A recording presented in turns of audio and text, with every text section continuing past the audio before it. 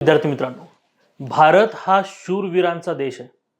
या देशामध्ये या इतिहासामध्ये खूप घटना अशा घडल्यात की सगळी युद्ध तलवारीच्या ताकदीवर जिंकली गेलेली आहेत.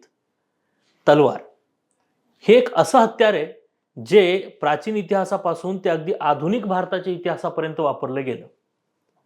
पण तुम्हाला एक माहिती आहे का?